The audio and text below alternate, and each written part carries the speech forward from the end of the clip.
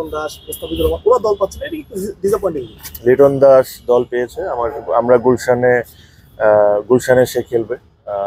So মুস্তাফিজেরটা আমি জানি না, but it is very unfortunate যদি এরকম হয়ে থাকে, বিকজ আপনার এরা প্রমিনেন্ট ন্যাশনাল টিম প্লেয়ার্স, আর এদের অবশ্যই এই টুর্নামেন্ট খেলা উচিত। আমি কালকে একটা কথা বলেছি যে premier league is the backbone of Bangladesh cricket, আমি এটা ফিল করি।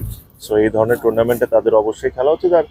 আর আমি আশা করি এত বড় বড় ক্লাব আছে, কেউ না কেউ তো তাদেরকে নিবে। আর এরকম না যে দে আর পারফর্মার্স, সো তারা পারফর্ম করে যেখানেই খেলে না কেন, so they deserve to be in the best of the teams.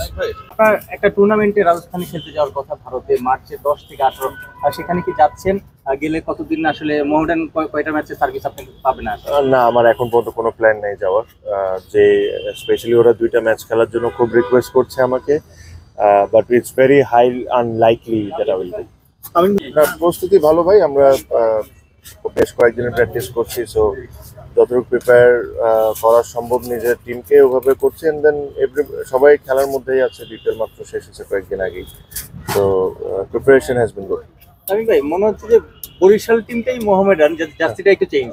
আরে না না, আমরা অবশ্যই কয়েকজন আছি একসাথে, so which is a good thing, because সবাই সবারই বুঝি ভালো করে, এত বছর ধরে একসাথে খেলছি, সো একটা আন্ডারস্ট্যান্ডিং তো হয়ে যায়। So it's a good thing. আসলে অনেকেই আছে বরিশাল থেকে, এটা ঠিক, but it's a different format, different tournament.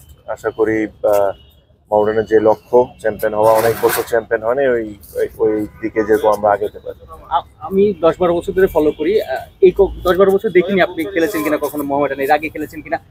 ঐতিহ্যবাহী ক্লাব মোহামেডানকে রিপ্রেজেন্ট করা নিশ্চয়ই এটা প্রাইডের বিষয়। অবশ্যই আমার কাছে মনে হয় লাস্ট টাইম মোহামেডান যখন চ্যাম্পিয়ন হয়েছে তখন আমি ছিলাম, আর এটা বেশ 2010 সালের দিকে মনে খুব সম্ভব, আর পরে 10-এর দিকে মনে খুব সম্ভব। তারপরে আরো একবার খেলা হয়েছে আমার মোহামেডানে। বাট হ্যাঁ, আশা করি এই লক্ষ্যটা আমরা যখন অ্যাচিভ করতে পারি, এটা আমাদের নিজেদের জন্য ভালো লাগবে। Plus this club deserves this. এত বড় একটা ক্লাব, বাট এত বছর ধরে চ্যাম্পিয়ন না হয়, it's not a great thing. তো আমার কাছে মনে হয় এবার যারা এই ক্লাবের কর্মকর্তারা আছেন, তারা যথেষ্ট পরিমাণ চেষ্টা করেছেন একটা ভালো টিম করে তোলার। And it's up to us now, to the players, যেটা আমরা মাঠে কত ভালো পারফর্ম করি। আপনার কোনো সাজেশন থাকবে সিসিডিএম এর কাছে? লাইক প্রতি বছর রোজার সময় খেলা হয়, একটু টাফ টাইম, গরম থাকে, ঈদের ব্রেক হয়ে যায়, মাঝখানে একটা টেম্পো নষ্ট হয়, সবকিছু মিলে সূচিটা একটু রিশিডিউল করার। এটা করতে পারলে আসলেই ভালো হতো, বিকজ একটা সময় এমন গরম পড়ে, আর প্লাস রোজা, এটা আসলে খেলাটা অসম্ভব হয়ে যায়। আর তার উপরে আমাদের যে জার্নিটা, আমরা হয়তো 50 ওভার ক্রিকেট খেলি, বাট জার্নির হিসাব করলে কিন্তু অলমোস্ট 6 ঘন্টা আমাদের জার্নি করতে হয়। যারা বিকেএসপিতে খেলে 2-2.5 ঘন্টা লাগে সকালে যেতে, আসতে 3-3.5 ঘন্টা লেগে যায়। সেটা একটা খুবই প্লেয়ারদের জন্য খুব কষ্ট হয়ে যায়। বাট দেন এগেন, চাহিদা তো আমাদের সবকিছু সব সময় থাকবে, বাট আপনার অন দ্য আদার সাইড অন্য অনেক কিছু দেখতে হবে, যে আসলে সবাই চায় যে ন্যাশনাল টিমের প্লেয়াররাও খেলুক, অ্যান্ড দেন এখানে বিপিএল আছে, ন্যাশনাল লিগ আছে। সো সব কিছু মিলে আমি শিওর যদি এরকম কোনো উইন্ডো তারা বের করতে পারে, তাহলে এটা খুবই ভালো একটা জিনিস হবে, স্পেশালি একটু শীতকালের দিকে বা একটু ওয়েদার যখন ভালো থাকে।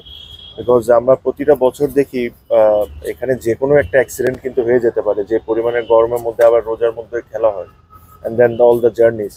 So I know it's difficult. এটা না যে সিসিডিএম ইচ্ছা করেই কাজটা করে, আই এম শিওর ওদেরও অনেক রিজনস আছে না করার। বাট তারপরেও আমি আমার তরফ থেকে রিকোয়েস্ট করতে পারি যে যদি এরকম কোনো একটা উইন্ডো খুঁজে বের করতে পারে যেখানে আসলে সবার জন্য সুবিধা, তাহলে ভালো হয়। আপনার